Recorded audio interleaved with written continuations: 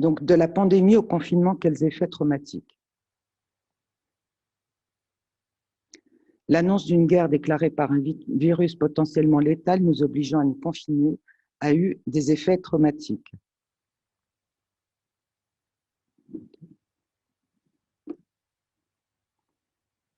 Pour reprendre Langori, cette pandémie nous a tous confrontés à quelque chose d'inattendu qui a fait effraction dans notre psychisme et nous a plongés dans un état de sidération et de peur qui, pour un temps, a dévasté notre capacité à penser.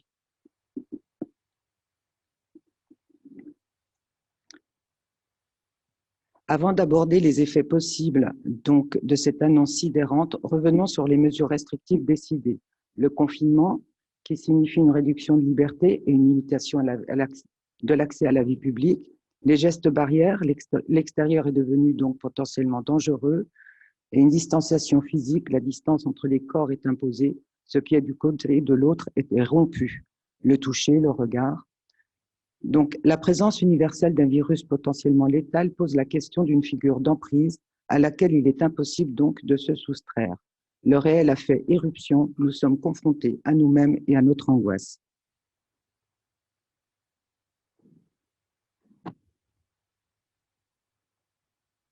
Je sais plus où j'en suis.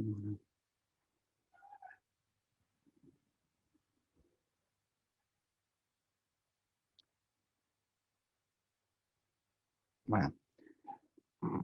Donc, les ressentis de l'annonce. Donc, on ressent une forme de paralysie psychique, de sidération psychique. On se retrouve face à l'impensable, à l'irreprésentable d'un danger imminent, mettant en scène la mort. Le doute qui réactive une notion de dangerosité qui habituellement est annulée. En effet, on ne sort pas tous les jours en se demandant si on va mourir. Une perte de repères, la vie a basculé, les références quotidiennes ne servent plus de guide. Et peur et désarroi, car le virus n'a pas de frontières. Et on se lève avec la question, suis-je contaminé, vais-je mourir? Un vécu conflictuel entre la peur du danger et la révolte d'une part et d'autre part des sentiments idéaux comme le devoir d'obéissance et l'exemple des autres. Les effets de l'annonce. Toujours, ce virus qui attaque les liens et les repères fragilise donc les plus vulnérables. Ainsi, on peut observer des angoisses massives rattachées à la maladie et à la menace d'une contamination, de l'effondrement du lien social, à l'absence de traitement. La mort s'est imposée donc dans notre réalité.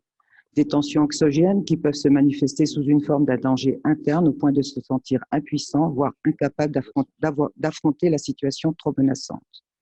Une régression qui est liée au sentiment d'être dépossédé de sa liberté et de sa position de sujet, sans remettre au gouvernement, au corps médical et à l'information quotidienne, avec un risque de décompensation lié à l'enfermement, à l'isolement, à l'incertitude de l'avenir et aux injonctions paradoxales et à la nature de l'information donnée.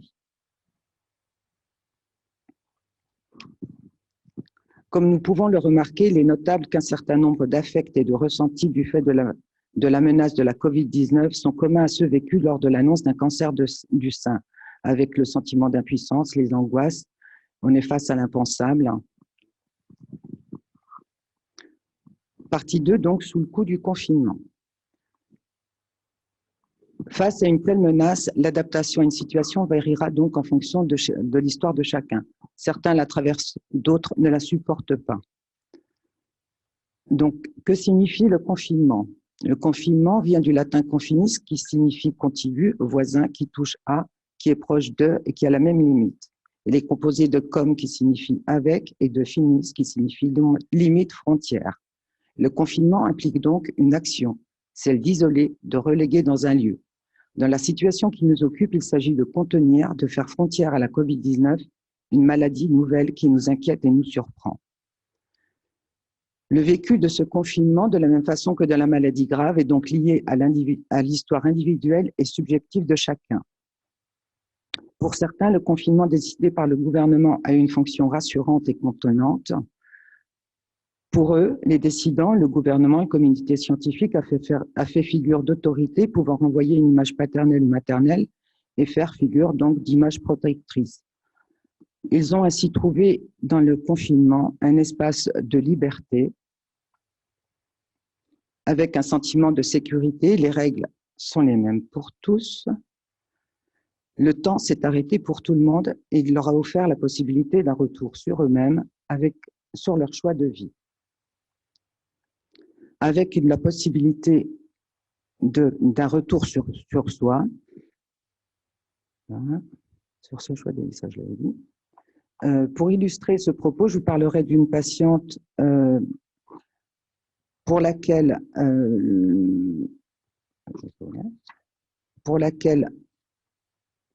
ce sentiment de sécurité s'est fait ressentir.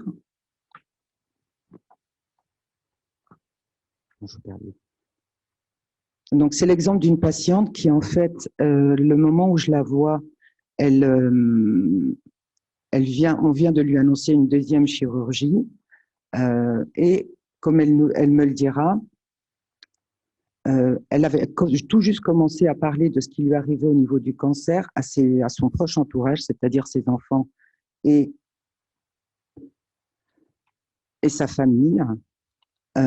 Et le confinement tombe au moment où elle est en convalescence chez elle, et ce qui l'a plongée dans un profond sentiment de sécurité. Tout d'un coup, elle me dit, le temps s'est arrêté pour tout le monde. J'ai pris le temps de pouvoir me recentrer sur moi, de me questionner sur ce qui était important pour moi, et surtout, je n'ai pas été confrontée au regard extérieur.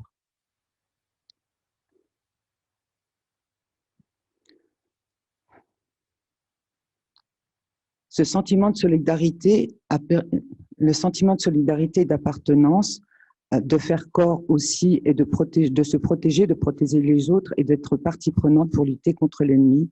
En somme, on a pu faire partie du collectif. Les difficultés liées au confinement. Donc, d'autres ne supportent pas le confinement. Ils sont confrontés à des angoisses massives qui sont rattachées à la maladie et à la solitude. Comme nous le savons, on ne peut pas se passer de proximité.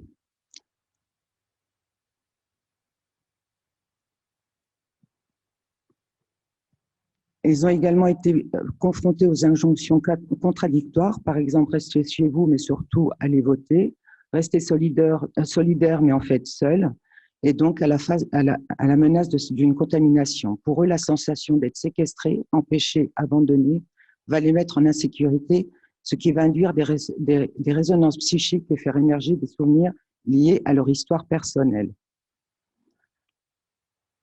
Pour eux, on a pu observer un certain nombre de symptômes avec des troubles du sommeil, difficultés à s'endormir, des cauchemars, des réveils nocturnes, des ruminations, une forte anxiété et une préoccupation permanente concernant l'avenir.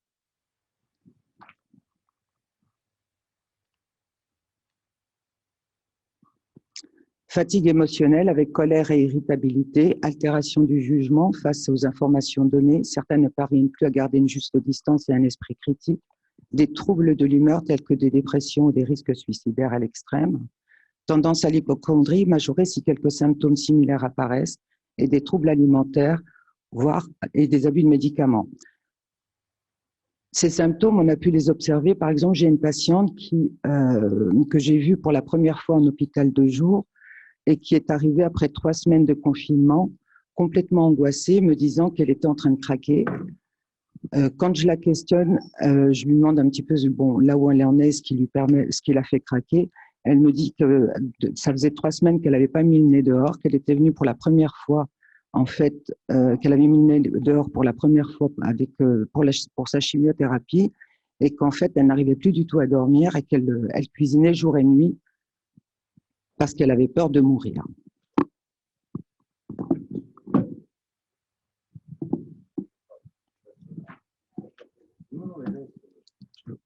C'est en train de sauter, je suis perdu.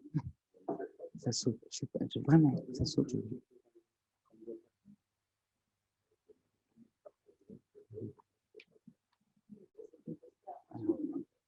Oui, parce que là, je suis complètement perdu.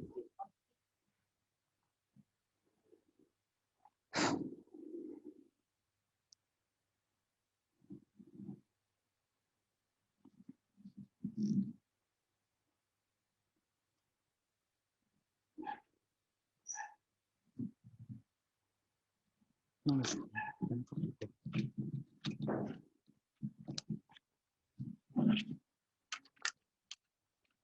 Non, je n'étais pas là.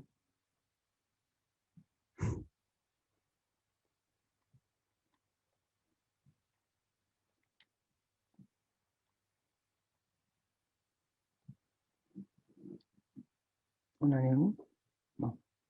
Les facteurs de risque d'une fragilisation psychique, des expériences intérieures d'événements traumatiques avec... Donc, avec parfois une résurgence d'anciens conflits psychiques, la santé physique, les craintes quant à sa propre santé peuvent être accentuées, soit dans l'inquiétude de tomber malade, soit dans la mise à mal du suivi médical pendant cette période. Des contrôles qui ne se font plus, le retard de diagnostic, les consultations à distance, l'exposition à l'épidémie, réelle ou ressentie, les antécédents personnels de troubles liés à la santé mentale, tendance à l'hyperactivité, à l'hypocondrie, à la dépression, une diminution, une absence de soutien de l'entourage, qui est un facteur démultiplié pour les personnes isolées, l'âge, si la personne est considérée dans celui qui est le plus à risque. Je vous donnerai l'exemple d'une patiente pour laquelle les résonances psychiques liées à l'annonce du confinement et les mesures restrictives se sont cristallisées autour de pertes plus anciennes et d'angoisse d'abandon. On lui annonce un cancer du sein en décembre 2019 qui nécessite une mastectomie, une chimiothérapie, qu'elle refuse dans un premier temps. Elle finira par l'accepter après en avoir parlé longuement avec son médecin traitant, qu'elle voit depuis une quarantaine d'années et qui prendra sa retraite fin décembre 2019. Sa première chimio se passe bien, et puis il y a eu le confinement, dit-elle. Et là, sa deuxième cure a lieu pendant ce confinement. Les réactions ne se feront pas attendre, quelque chose n'était pas normal. Elle avait une sensation d'étouffement. Elle prend rendez-vous avec son nouveau médecin qui lui propose des téléconsultations. Elle en rate 2. Face à son insistance, il accepte de la recevoir, mais, dit-elle, il ne m'auscultait pas. Il me posait seulement des questions sur mon ressenti et m'a mis sous l'exomile, comme si cela allait suffire. Je me sentais incomprise. Les symptômes persistent, elle le recontacte et lui propose à nouveau une téléconsultation. Les symptômes persistent toujours et s'y rajoute une perte d'appétit, des insomnies. Elle a peur de mourir étouffée dans son sommeil, dira-t-elle. Elle finit par trouver un ORL qui acceptera de la recevoir en consultation, l'examinera. Je cite, « Lui, il n'a pas eu peur, contrairement aux autres. » Et en fait, diagnostiquera une allergie à un médicament.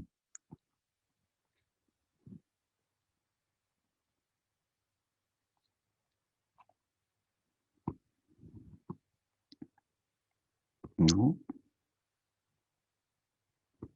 Les éprouvés induits donc par les traitements et la maladie vont résonner avec la situation actuelle et plus largement avec les éprouvés liés à l'histoire personnelle de chacun et qui peuvent se traduire par des troubles psychiques formulés sans raison apparente et qui signent d'une rencontre intemporelle entre les traces d'une histoire passée et ce qui se déroule dans l'ici-maintenant.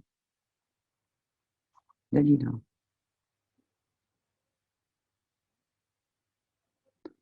Donc, partie 3, cancer du sein et assignation à résidence. Bonjour à tous. Donc, moi, je vais vous parler d'une patiente que j'ai suivie pendant cette période Covid. Donc, cette patiente, je l'ai appelée Madame B. C'est une jeune patiente de 38 ans qui est suivie au Cénopole depuis 2017 pour un cancer du sein. Elle se connaissait un nodule très superficiel du sein gauche depuis 2014. Il avait été porté diagnostic probable de kyste sébacée et devant l'augmentation de volume de ce même nodule, elle a eu une exérèse chirurgicale en janvier 2017 qui a mis en évidence un cancer du sein pour lequel lui sera proposée une chimiothérapie, une radiothérapie et une hormonothérapie. Alors, si on se penche un peu sur l'histoire de la patiente, il est intéressant de noter qu'en 2014, on lui découvre une endométriose à la suite d'un projet de grossesse qui ne parvenait pas à aboutir. Selon ses propos, son gynécologue de l'époque lui conseille d'entamer un processus de FIV dans l'espoir qu'une grossesse pourrait conjointement résorber cette endométriose. C'est ce qu'elle entend de son gynécologue. Les tentatives de FIV échouent. Chaque FIV s'accompagne de l'ablation de kystes liés à l'endométriose qui s'aggrave. Et à l'issue des FIV, la décision sera finalement prise de congeler 2 embryons. En 2016, pour venir à bout de cette endométriose étendue et invalidante, la chirurgie s'impose avec une incidence non négligeable sur l'intestin d'une part et la vessie d'autre part, ce qui l'obligera à s'auto-sonder durant 2 mois. C'est après 8 mois de ce long parcours médical qu'apparaît le cancer du sein, donc en 2017, et c'est à ce moment-là qu'elle est prise en charge au Cénopole. Donc, je rencontre Madame B à la suite d'une consultation téléphonique de contrôle avec son oncologue. Au cours de cette consultation, son médecin entend l'intensité de son anxiété. Il lui conseille alors vivement de prendre contact avec les psychologues du service. Madame B prend rendez-vous dès le lendemain de sa consultation. Alors, pour rappel, nous sommes en période Covid, d'où la consultation téléphonique. Le pays a été confiné 2 mois. Lorsque je la rencontre, nous sommes dans une phase de déconfinement. C'est donc dans un contexte de mesures sanitaires strictes, donc masque, désinfection du bureau, aération, distanciation physique, que je la reçois. Son regard est figé. La partie de son visage visible à travers le masque, enfin les masques, elle en porte 2 au cas où, montre une tension perceptible et une peur significative. J'observe un corps contrit, retenu, contenu. La patiente semble vouloir réduire sa présence corporelle au strict minimum dans un espace qui pourrait être contaminant. Elle parle peu, semble inhibée. Je la questionne, pourquoi ce rendez-vous? D'emblée, l'angoisse est mise en avant. Elle me dit être très angoissée, anormalement angoissée depuis le mois d'avril, quelques semaines après cette décision gouvernementale de confiner le pays. Elle a peur de contaminer sa famille et en particulier ses parents. Elle précise, je ne pense qu'à ça, ça m'obsède. Alors, il faut savoir que ses parents ont 65 et 67 ans, donc ce sont des sujets à risque, sans pathologie associée pour autant. Elle vit avec son compagnon qui a été malade du Covid. Il a été malade, mais dans une forme peu sévère. Elle n'a pas eu peur pour elle, ni pour son compagnon d'ailleurs, mais elle a eu très peur pour ses parents. Si par malheur, son compagnon lui avait transmis le virus, elle aurait été potentiellement contaminante pour eux. Cette idée lui est insupportable. Elle est très liée à sa famille, elle décrit une relation fusionnelle avec sa mère et avec sa grand-mère maternelle, auprès desquelles elle a grandi. Elle se dit avoir été une enfant surprotégée et précise « j'ai eu 2 mères ». Au fil de nos entretiens, Madame B évoque un événement important. En 2017, donc pour rappel, c'est l'année où on lui diagnostique son cancer du sein. Donc en 2017, sa grand-mère décède d'une grave infection pulmonaire. Madame B s'est toujours beaucoup occupée de sa grand-mère. Elle a toujours été auprès d'elle quand ça n'allait pas. C'était presque devenu une obsession pour elle, ne pas la laisser seule, imaginant probablement que la fin arriverait bientôt. Or, lorsque sa grand-mère est hospitalisée pour une dernière fois, Madame B ne peut se rendre auprès d'elle. En cours de chimiothérapie et en aplasie, elle est confinée, selon ses propres termes. Elle ne peut donc pas se rendre au chevet de sa grand-mère. « Je n'ai pas pu lui dire au revoir », dit-elle avec émotion. Elle s'est sentie démunie, impuissante face à cette situation qui l'a empêchée d'être auprès de sa grand-mère à la fin de sa vie. Il faut savoir qu'actuellement, elle prête une grande attention aux symptômes respiratoires du Covid, symptômes qu'elle associe aux troubles respiratoires liés à l'infection pulmonaire qu'avait sa grand-mère à la fin de sa vie. Elle se souvient de ce qu'elle lui répétait, il n'y a rien de pire que de ne plus pouvoir respirer. Ce qui vient dire à quel point le souvenir de sa grand-mère est manifeste pendant cette période Covid. Alors, si on revient un petit peu à aujourd'hui, après avoir passé 2 mois confinée, elle reprend le travail. La reprise se passe mal. De fortes angoisses réapparaissent. Elle ne se sent pas bien. Elle étouffe. Elle frôle les malaises. Il lui est difficile de se rendre sereinement sur son lieu de travail. Elle emprunte les transports en commun et les risques de contamination liés à ce type de déplacement sont accrus, multipliés. Elle se tend, elle a peur. Ajoutez à cela, les relations avec ses collègues prennent un caractère très anxiogène. Elle souligne leur non-respect des gestes barrières de distanciation physique que le contexte requiert. Elle aimerait imposer une distance d'au moins 3 mètres entre chaque collègue. Elle souhaiterait, comme ce qu'elle établit pour elle-même, que chacun se lave les mains au moins 30 fois par jour, intenable. Aussi, elle décrit une surcharge de travail effective depuis quelques mois. Elle a le sentiment d'être en burn-out. Elle fournit le travail de 3 salariés, dit-elle. Elle n'en peut plus. Elle se rend alors chez son médecin traitant qui lui établit un arrêt de travail et se pose la question d'un traitement antidépresseur au vu du mal-être de sa patiente. Le contexte du Covid rend les visites familiales limitées. Or, Madame B a besoin de voir sa mère, malgré les contraintes imposées par la situation contextuelle. Comment lui rendre visite sans prendre le risque de la contaminer? Les rencontres s'organisent alors avec soin, non sans difficulté. Par exemple, le dernier repas de famille se passe très mal. Malgré les mesures sanitaires respectées, en l'occurrence, elle s'est installée avec son compagnon à une autre table que celle de ses parents, à 3 mètres de distance, 2 masques sur le visage, lavage des mains très très régulier. Donc, malgré ces mesures, l'angoisse a surgi lorsque sa mère s'est approchée d'elle. Cette approche l'a mise hors d'elle, lui intimant l'ordre de s'éloigner. En dépit de l'adaptation de chacun, Madame B a le sentiment de devoir déployer des efforts considérables pour se protéger et pour protéger les autres. Les perspectives de rencontre avec des amis restent encore difficiles. Elles sont différées, voire suspendues, manifestement trop angoissantes pour le moment. Elle avait pour habitude de sortir avec ses amis tous les week-ends. Aujourd'hui, plus rien, plus de sorties, plus d'amis. Elle ne veut voir personne en dehors de sa mère. Par ailleurs, elle me demandera si nous pouvons poursuivre nos rendez-vous par téléphone au vu de la propagation du virus. Je l'interroge un peu sur la façon dont se déroule son quotidien. Je passe mon temps à faire du ménage, me répond-elle. Je range, je nettoie, je désinfecte. Désormais, on partage un peu plus les tâches ménagères avec mon compagnon, car il faut désinfecter plus. Elle poursuit.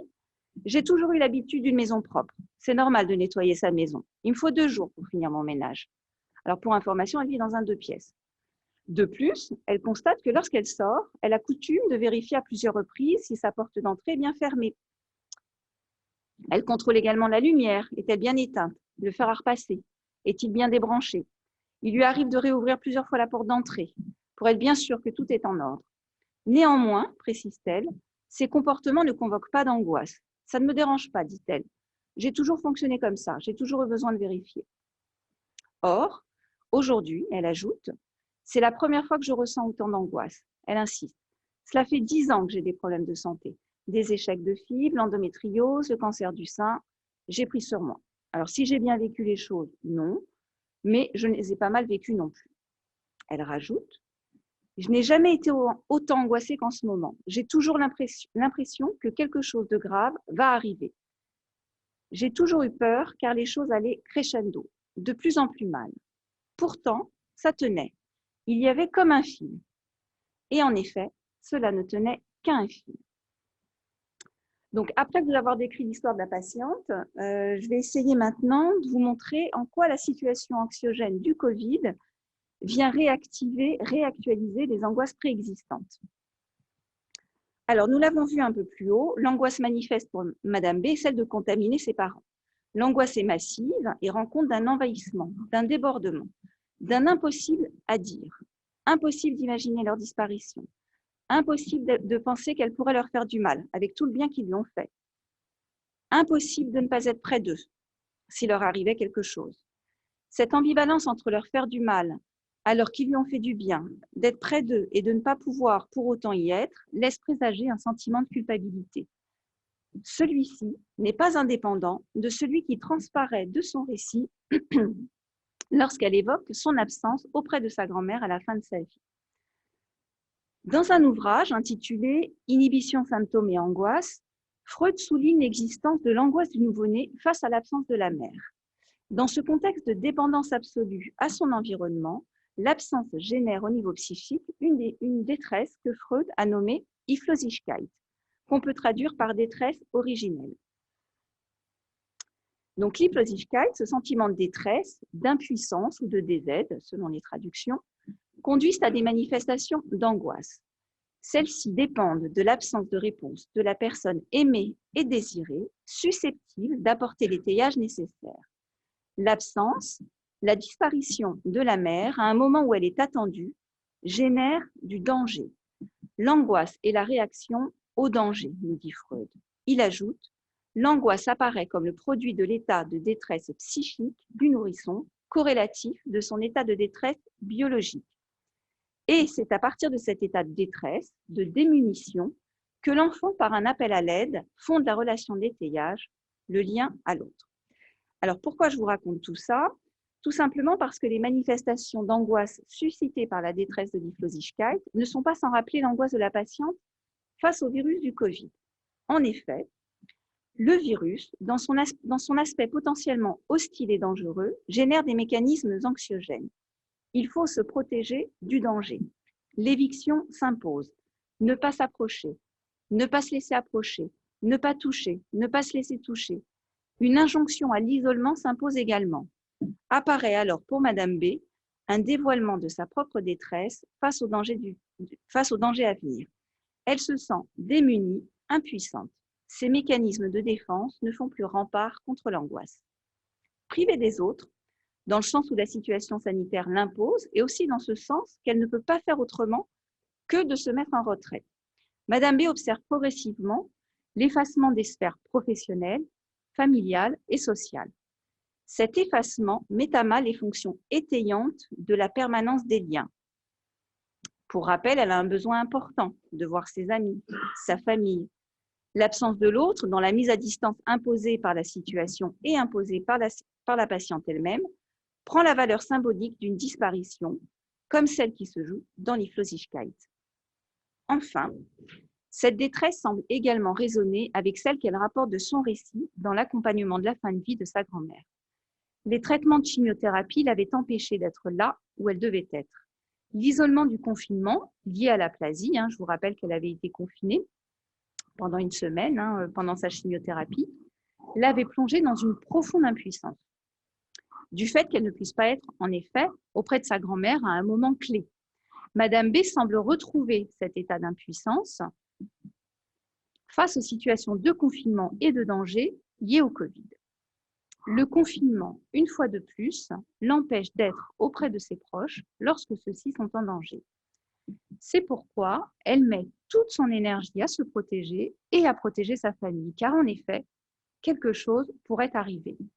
Ça pourrait lui échapper, comme lui ont échappé la mort de sa grand-mère et la maladie qui va crescendo. Je vous rappelle les propos de la patiente, j'ai l'impression qu'il va toujours arriver quelque chose de grave, comme si la situation pouvait lui échapper à tout moment. D'où la décision qu'elle prend de se mettre en retrait, de s'isoler, de façon à maîtriser une situation qui, cette fois-ci, ne lui échappera pas.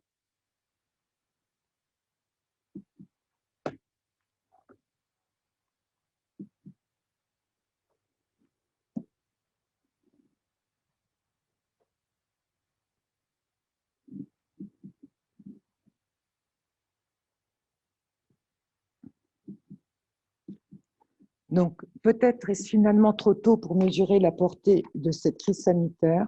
Pour autant, nous avons essayé aujourd'hui de créer un berceau psychique sur les enjeux du confinement, de cette nouvelle maladie, et de faire des liens, même si nous ne sommes pas encore tout à fait dans l'après-coup de cette crise sanitaire et atypique, systémique et atypique. Ainsi, nous pouvons observer que le confinement, dans ce climat anxiogène, a agi comme un catalyseur dans les familles, au sein des couples ou chez les célibataires. Ce huis clos imposé a été l'occasion d'un retour sur soi, parfois étonnamment bénéfique, d'autres fois plus douloureux, voire franchement angoissant. Nous avons également pu nous rendre compte que les angoisses de mort suscitées par le cancer ont parfois été multipliées par les angoisses liées à cette nouvelle maladie.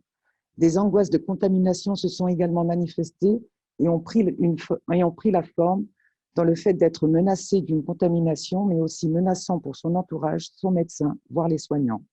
Comme si tout à coup, cette nouvelle maladie qui explose toutes les règles de la cité était venue brouiller les cartes entre les soignants et les soignés. Cette situation d'épidémie est venue aussi mettre en jeu la sécurité des soignants et indirectement celle de nos proches, ce qui a suscité des peurs justifiées, mais aussi des conflits de loyauté entre notre mandat professionnel et notre rôle familial. Nous tous, en tant que professionnels, avons également été bouleversés dans notre intimité, notre identité de soignants, mais aussi plus globalement en tant que sujet. Comme toutes les crises, celle que nous vivons encore nous pousse dans nos retranchements, et c'est dans cette zone d'inconfort que nous allons trouver, je le souhaite, de nouvelles ressources. Merci.